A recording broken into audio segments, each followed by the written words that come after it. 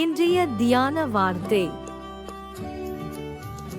யோசுவா 1 அதிகாரம் 9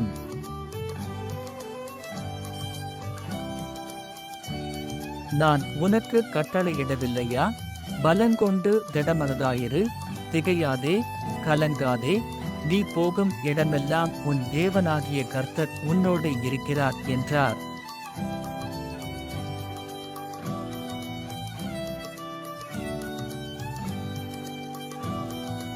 Joshua chapter 1 verse 9. Have I not commanded you?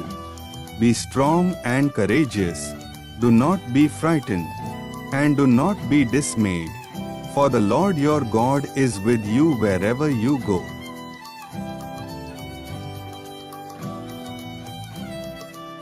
இயேசு கிறிஸ்து உங்கள் அனைவரோடும் கூட இன்றும் என்றும் இருப்பாராக. ஆமென்.